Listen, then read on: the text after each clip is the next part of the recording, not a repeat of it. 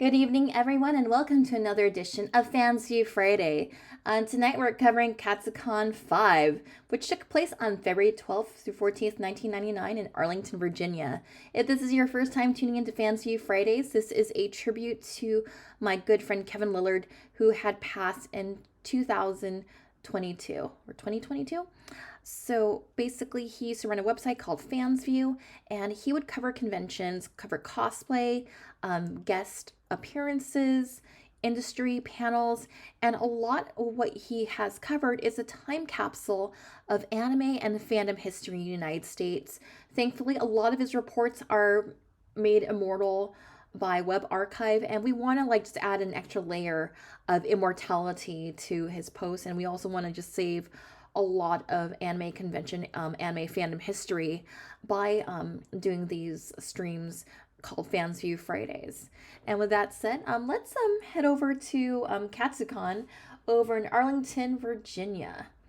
Okay, so we have directors Haruhiko Mikimoto and Hiroyuki Hayashi join American anime fans for the opening convention of 1989 at the Hyatt Regency Crystal City. All right, let's take a look at day one. And I have attended Katsucon in the past, maybe 3 times. I liked it, but it gets a bit way too crowded. It's hard to get some nice cosplay shots, and everyone's trying to get that nice cosplay shot.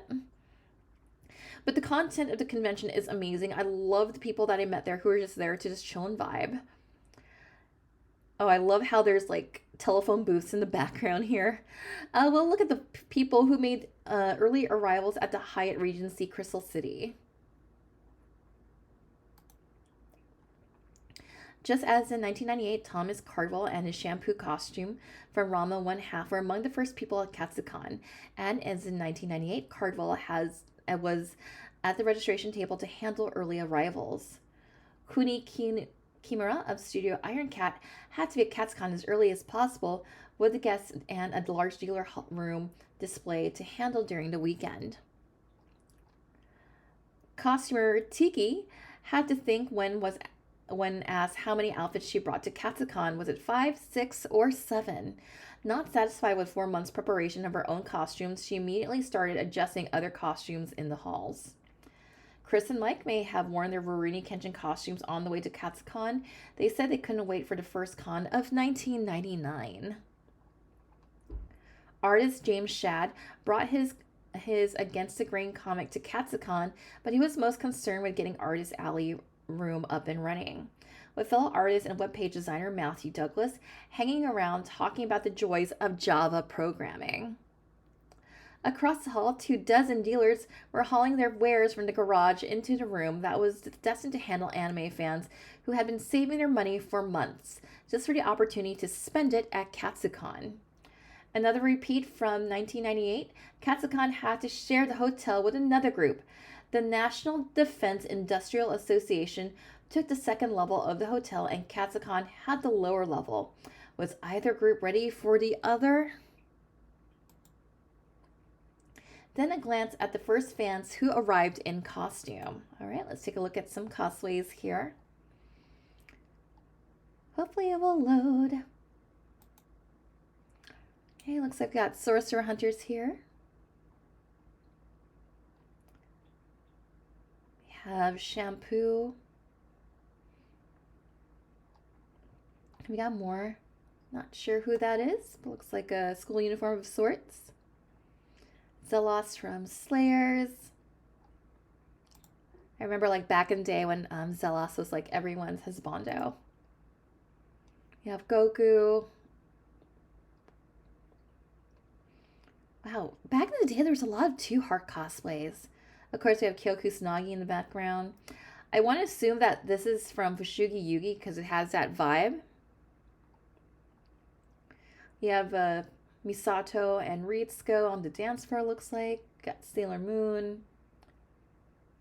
Star Blazers. I still need to see the OG Star Blazers to make sure my anime fan card is still strong. I want to say this is from Bust a Move. Looks like we have that Zelos over there again. I'm going to assume that this is Vash the Stampede because that can't be Edward Elric in this time period.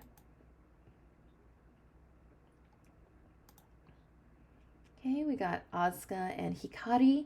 You don't really see a lot of Hikari cosplayers. Oh, hey, it's Gendo. Got a trio of Fushigi Yugi here. Kyo Kusanagi. Again, we got Two Heart. That looks like a friend of mine who dresses like that. Vash. And I believe this is from Slayers. Not sure what this is, but it's definitely giving Fushigi Yugi. Not sure what this is, but if you know what they are and I'm wrong, feel free to mention them in the comments.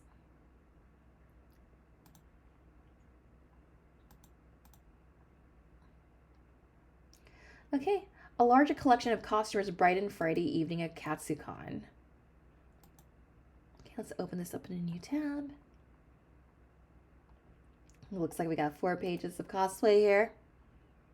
Got Terry Bogart. A few broken links. Oh no.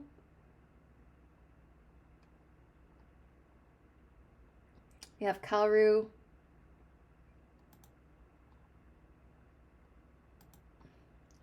You have Sailor Venus. I'm assuming that's Goku, and that's probably an emerald from Sailor Moon Nexum. Ryoga, trying to find his way around. Oh, that's a really badass nerve jacket. I love it. Oh, Rikoran from Sakura Taisen. I assume this is like... It's all like Tom Cruise meets Cabot.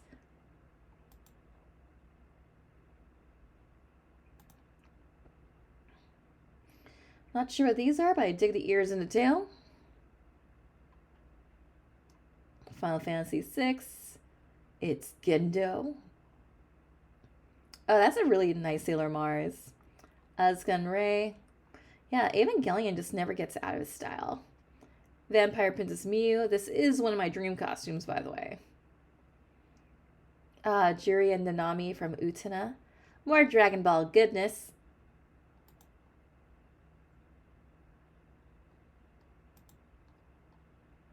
Aw, are these all broken links?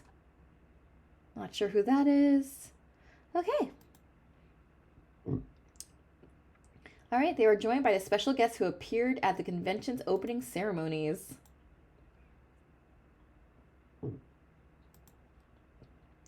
Okay, the first appearance of famed artist and character designer Haruhiko Mikimoto at Katsucon 5 came at the opening ceremonies. Mikimoto had arrived at the hotel just before the ceremonies began after a long trip to the Washington, D.C. area. Mikimoto is beloved by anime fans for his work on the Super Dimensional Fortress Macross, Megazone 2-3, Gunbuster, and the Orc series. Not far from Mikimoto on Friday night was sat Hiroki Hayashi, best known for his direction of the Tenchi Muyo and Alhazard series. Hayashi is one of the hottest directors in the anime industry with his work on the new Bubblegum Crisis television series. Sitting behind Hayashi was Ryo Natsuki, voice actress, who has appeared in several of Hayashi's series, including the roles of Nanami Janai in Alhazard and Lina Yamazaki in the Bubblegum Crisis TV series.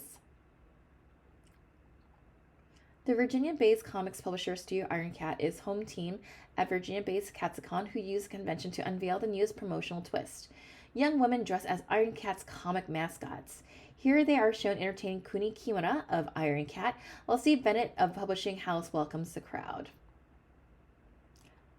Watching the stage antics were manga-influenced comics creator Colleen Doran, Lev, and Katsucon regular and Trish Ladeau of his communications, editor-in-chief of Animerica Monthly.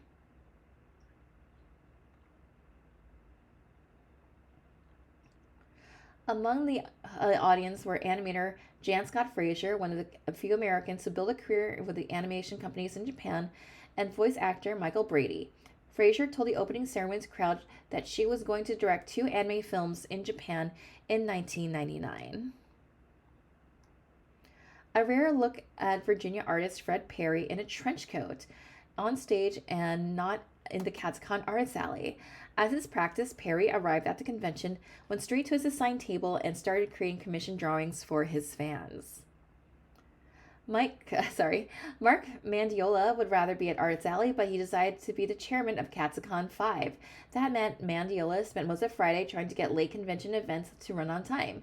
He is seen in a picture that wasn't taken at the opening ceremonies of Mandolia dressed up for that. In what has become Katsucon tradition of sorts, the dealer room opened late. Colleen Doran was one of the people who spoke about her life and work on Katsucon's opening day. The creator of A Distant Soil is an impressive comic storyteller. Influenced by the manga style by Colleen Doran, is a fine storyteller in the old-fashioned manner, and some of her best stories come from her unique life. Doran told fans at Katsucon panel that she nearly chose a career in forensics following the example of her parents, who were police officers and criminal investigators. Doran tells some blood-curdling stories about the gory side of crime and admits that the intensity of those stories can be found in her fiction.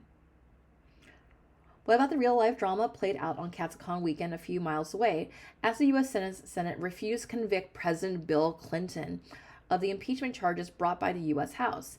An unimpressive story, according to Duran. It's too stupid. How could it be any funnier, she said. Things that did not age well. Steve Pearl, the webpage master, mailing list keeper, and sometimes anime promoter, got together with members of the Atlantic Anime Alliance of clubs that he heads. The alliance has members along the East Coast, even affiliates in Europe and Asia. Much of the alliance's work deals with distributing fan subs made by its members' clubs, although Pearl said that the clubs had to be careful that they don't interfere with commercial releases. He later added the purpose of the alliance is to grow and to promote the member clubs.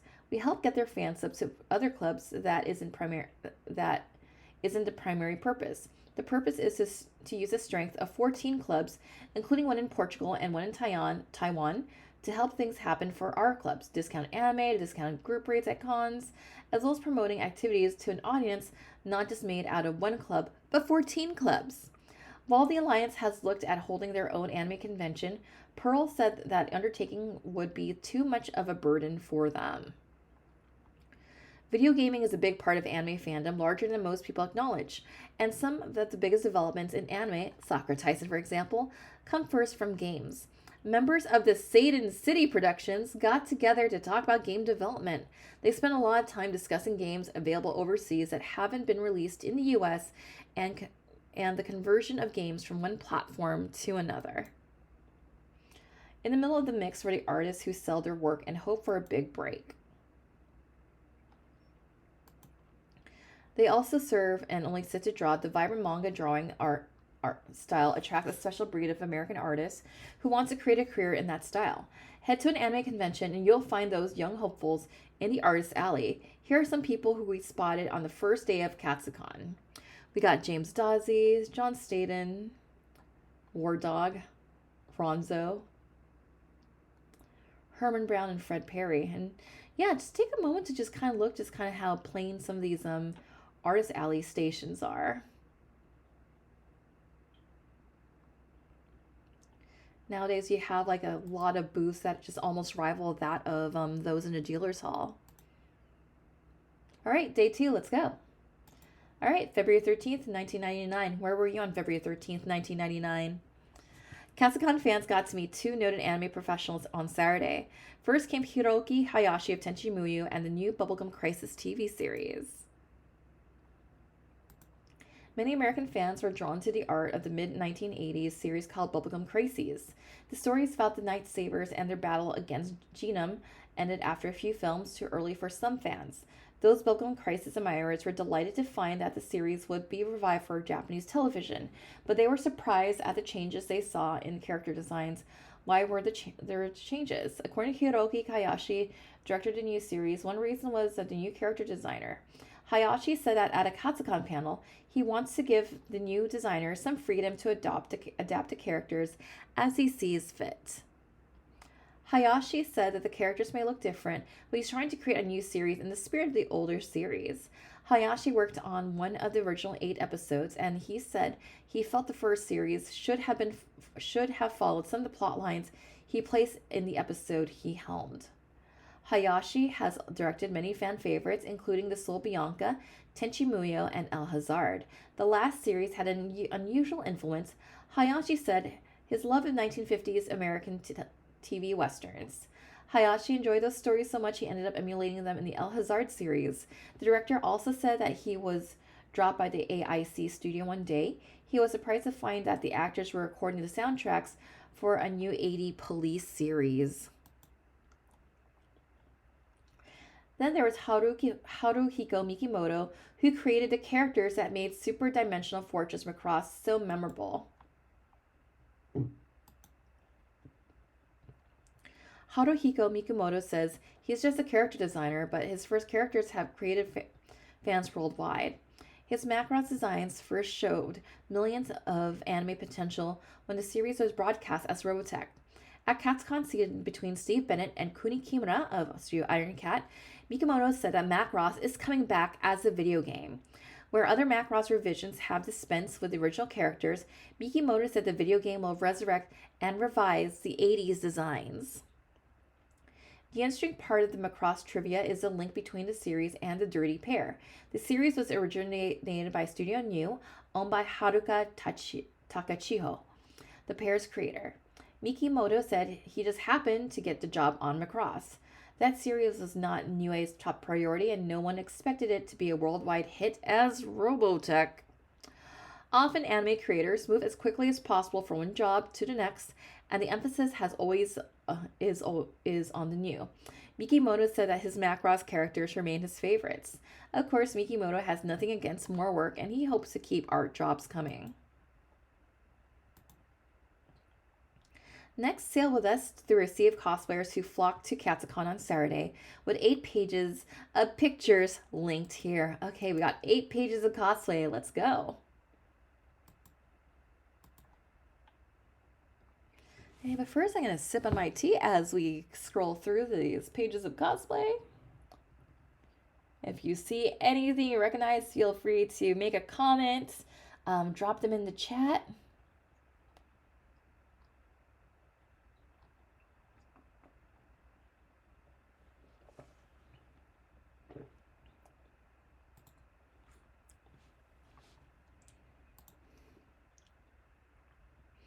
Oh, you don't really see a lot of Alita cosplayers these days.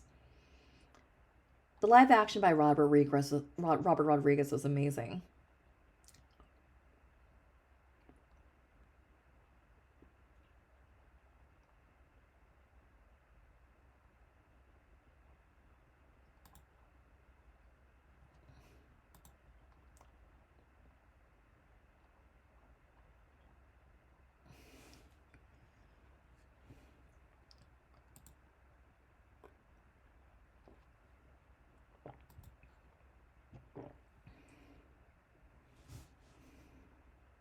Check out that camcorder over there.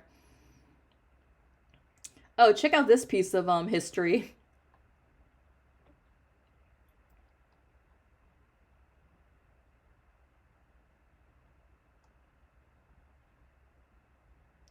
I love that Tin Yonko. Oh, nice. Tamome.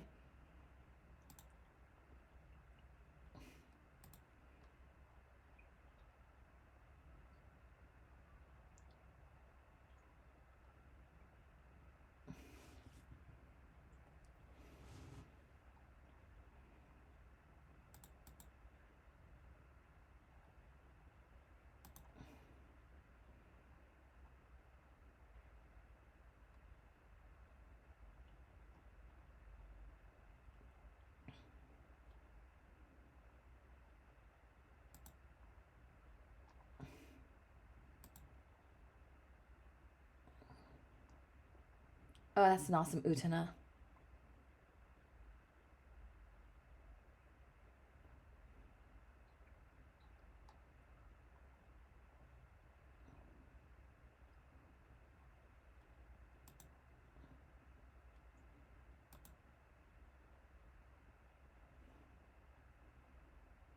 Got the goddesses. We got some Rurouni Kenshin here.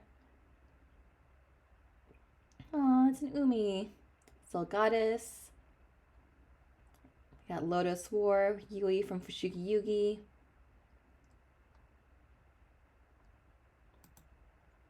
All right, and review some of the comments from people in the American anime and manga industry. Michael Brady, the English language voice of Crusher Joe, joined Steve Bennett of Student Iron Cat for the Virginia Company's Katsucon panel. Brady was on hand to celebrate Iron Cat's upcoming release of the original Crusher Joe comics that led to the anime. Bennett thanked the fans for their support and asked the audience what titles they would like to see, and they all got choked up when they mentioned some titles that might be in Iron Cat's sights. The State of the Union message that really got mattered to the Katsucon fans was delivered by artist Fred Perry. Gold Digger supporters got their annual chance to surround Perry and grill him on his plans for his characters. A few wondered if Gold Digger would cross over with Ninja High School, pioneered by Perry, would continue. Others wanted to know where Perry was taking his characters. Perry told them to keep just enough to keep them interested in the coming year's releases. The anime series that gets the biggest play in Japan among cutting-edge anime fans in America tend to be television series instead of the made-for-video OAV releases that were popular a few years ago. Animator Jan Scott Frazier said that's because most anime product is now made for TV. In turn, the TV shows are packaged on tape and sold in Japan. Frazier said it's as if the televising an anime series is an advertisement for later release on tape.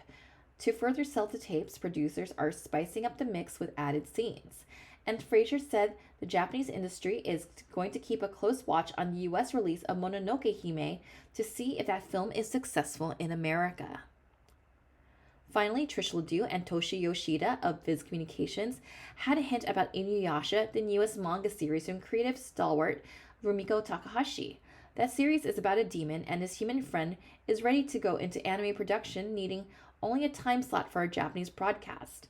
When Inuyasha is filmed, Viz hopes to be able to pick up the rights to the anime and release it in the US. And remember, this is back in 1999. Months of work and enthusiasm went into the costumes displayed at the Katsucon Cosplay and Masquerade. Here's what the crowd enjoyed on Saturday night. All right, let's look at old school Katsucon cosplay. 9 pages of it. We got Cat Girls and a Sailor Moon. Got some pair of Sailor Moon villains. This looks like an all-out Sailor Moon act here. Tinyanko, Super Sailor Moon, Super Chibi Moon. Looks like a Sailor V. Saber Marionette. Pokemon, it's Gendo.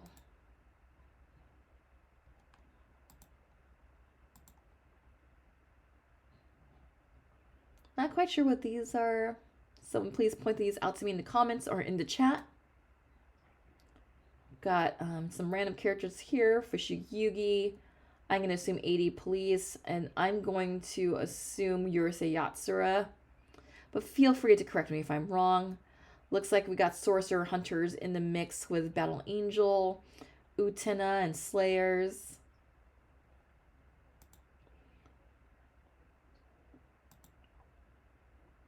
Oh, that's a lovely, adorable Link. Come on, photos, load. Do we have any photos? Oh, yes, we do, but sadly, some of these are broken. Sad face. Okay, next page. Oh, these photos are working. Got Link, Ash. Oh, wow, we have, like, JoJo from 1999. We have a Gold Zaku. Gotchman.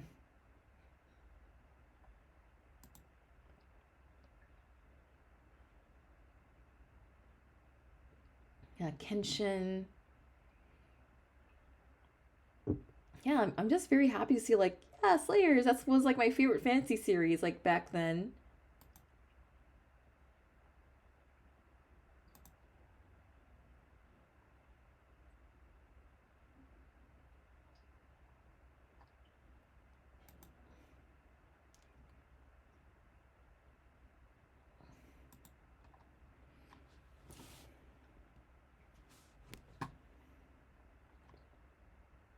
Yeah, I've got Utena, Misty from Pokemon.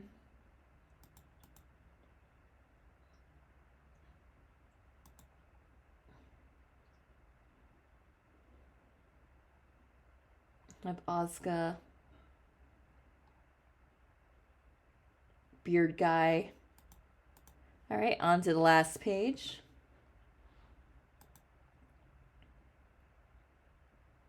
Have a mecha of sorts. I want to assume that this is from... Oh, that looks like Lupin in the background. I want to say this is from Darkstalkers, but it looks like there's a Lupin in the background there too. Ah, Washu, I love that wig.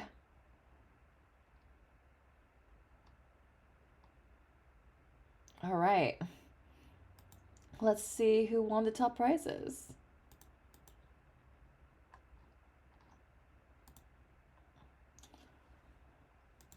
Okay, Best in Show. Looks like it went to this group right here.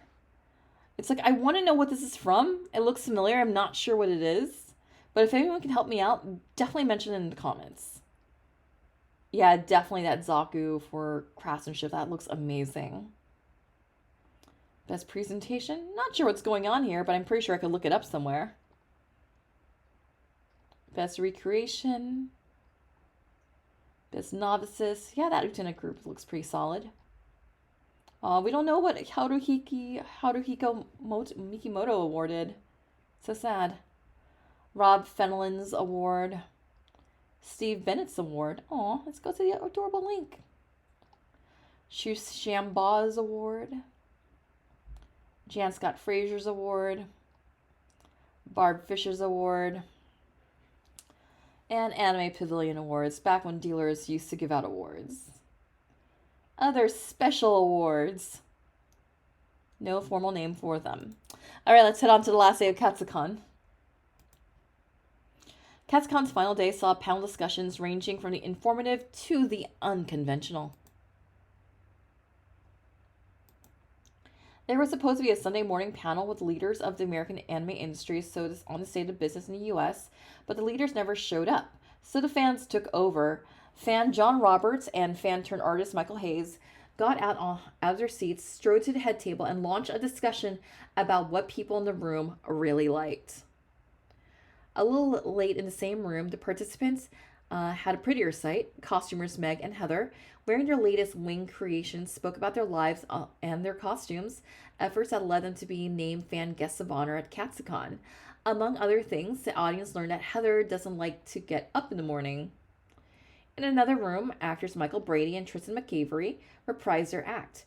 Brady had a story from a recording studio about the time he managed to sneak a strange sound effect into a Crusher Joe dub. You had to listen very, very closely to the tape. McAvery told the audience that acting skill counts in the studios, but there are other tricks of producing a good performance, like an actor's unseen body language. But the most charming presentation came from voice actor Ryo Natsuki. We may have covered her before on Fansview Fridays, but let's see what's up here. The shiny, energetic voices of Japanese actors captivate many anime fans in the US, even though most of those fans understand no more than a few words of Japanese and speak only English. In particular, the female voices hold the greatest attraction to their timbres and cadences, which sound so exotically attractive. Ryo Natsuki, one of the top actors from the AIC studio, was a welcome guest at Katsucon. The high emotions associated with the anime drive actors to some intense performances in the recording booth. Natsuki said she has to emote, but she has to also be still. There's not much room in the small booths, and any movement might be picked up by the microphones. Voice directors push actors to energetic performances. Take after take, Natsuki said one director left her crying after demanding 19 takes. In a never-ending sub versus dub debate among anime fans, Natsuki has an opinion of sorts. She was fascinated to learn on the number of Americans who would rather hear anime in its original language, and Natsuki said that she prefers to see American movies in English, although those films are usually dubbed by some of the same voice actors who work on anime.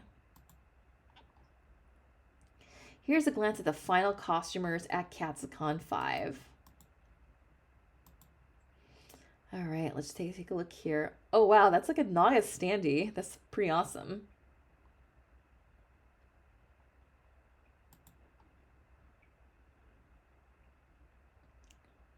I assume that this is Saint Seiya. Too bad we don't have Professor Rams to confirm. Looks like we got the Sailor Senshi from last night's masquerade just hanging out here. It's like the Sailor Moon hangout zone.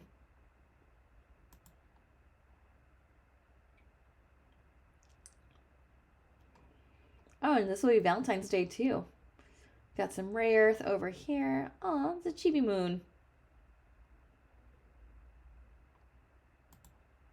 And we have confirmed that in the previous page it was a Seiya. Thank you, Komi. Always appreciate the lurking. It's a Chinese dress over there. Yay, Dirty Pair. I've actually started watching Dirty Pair. It's lots of fun. Looks like that same Seiya over there too. Oh, we got Ranma and shampoo. I have no idea what's going on in this photo, so I'm gonna keep scrolling through. Looks like this is from Giant Robo, Cloud, Tifa, Sailor Jupiter. On to the next page.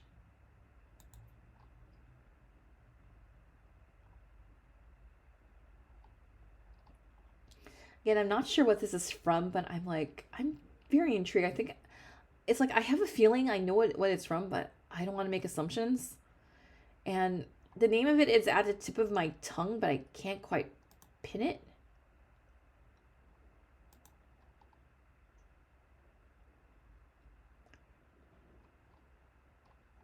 Oh my god, is that Johnny Bravo? That's pretty amazing. I got Kyo and Mai. All right, let's take a look at the final thoughts. When everything was done, the author sat down and took things in stock. Can an anime convention have a personality? Project Acon seems to be a gaming convention. Anime Expo feels like an industry trade show. And Katsucon 5 tried to set up a reputation as a party convention. This author finished uploading the pictures and summary from the Saturday cosplay and masquerade at 1:30 a.m. Sunday made another pass through the convention floor and found that things had barely slowed down. That might have led to a remarkably quiet Sunday where congoers seemed to shuffle through the day as if feeling the effects of the previous night, or it might have been the flu that was spreading through much of the South in mid-February.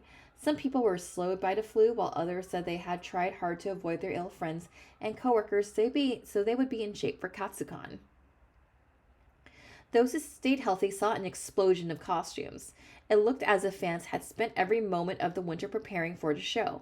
The author spotted at least 4 couples or groups that showed up with 2 costumes or more in the same day. There were fewer red-suited Ranmas in previous years and more Evangelion characters from plug suits to school uniforms. The Katsucon tradition of a slow start continued. Video room schedules arrived at the last second and were perpetually subject to change. Most events started late and a couple of scheduled panels disappeared. Yet in the midst of the strange happenings, there was Haruhiko Mikimoto patiently creating sketches for the fans. That seemed to be what really counted for the fans, as Katsucon satisfied a pent-up longing for an anime convention to break the doldrums of winter. It was clear that fans could hardly wait for this event to arrive. There was a perpetually long line for the dealer room, but that was for a reason. First, some fans were in line 2 hours before the room opened. Also, Katsucon decided, apparently with some help from a fire inspector, to control the number of people in the room. It turned into 1 person in, 1 person out deal for most of the weekend. That room seemed to be awash in Pikachus from golf ball to beach ball size. Tables sported more DVD and video game discs and fewer Laserdisc. Poor Laserdisc. Katsucon got underway on Friday. 4 miles to the northeast in the District of Columbia, the U.S. Senate finished its solemn duty and voted against the articles of impeachment against President Bill Clinton. No one at the con gave a damn. All right, that is it for Fansview Fridays. Thank you so much for tuning in to Katsucon 1999. This is our last show of 2024. Next week, we'll be covering Anime Boston, the first one. I'm very excited to cover it to kick off 2025. And with that said, to also kick off 2025, My book is coming out. My book is called The Fangirl Diaries. It is an account of fandom in the late 90s and early 2000s, which I refer to as the golden age of anime fandom. If you are a millennial and you grew up with Toonami, you watch Dragon Ball, Sailor Moon on Cartoon Network, this book is for you. If you're curious to learn what anime was like, what being an otaku was like as a teen, before streaming, before cosplay events in Little Tokyo, or before like you had like all these conventions. Yeah, check it out. Oh, I do have a question in the chat. What panels are you running at ALA this year?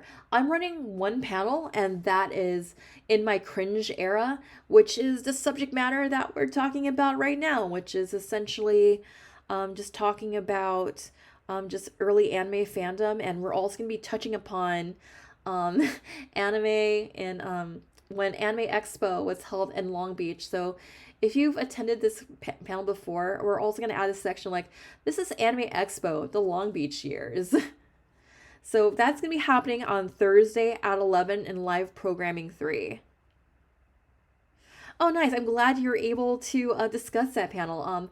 I'm actually going to have a friend of mine who is also a Twitch streamer, Geki, on that panel.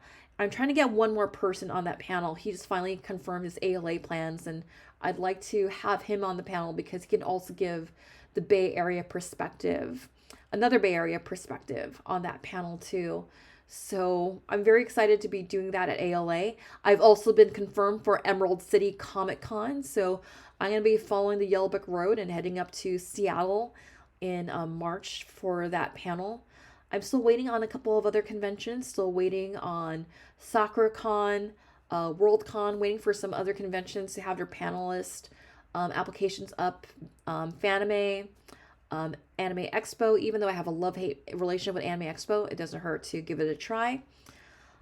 So that's pretty much like what my convention plans are. And if you are familiar with any conventions, please, we would love to be guests at anime conventions. I'd be more than happy to give like more versions of this panel, because as I realized when I did this panel at LA Comic Con, I could break it up into two different parts. Like I can focus on like the anime side of it, and then I could do another 1 hour talk about cosplay and convention life back then.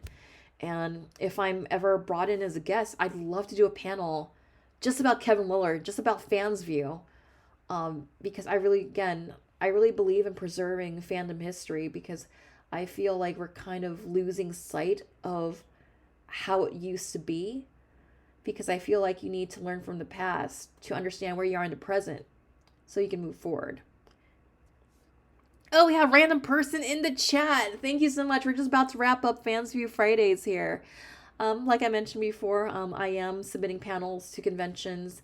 And if you know of any conventions that would love to bring me in as a guest, definitely mention it, because I'd love to be a guest to just talk about anime history, anime convention history, fandom history, because I have a lot that I can definitely bring to the table.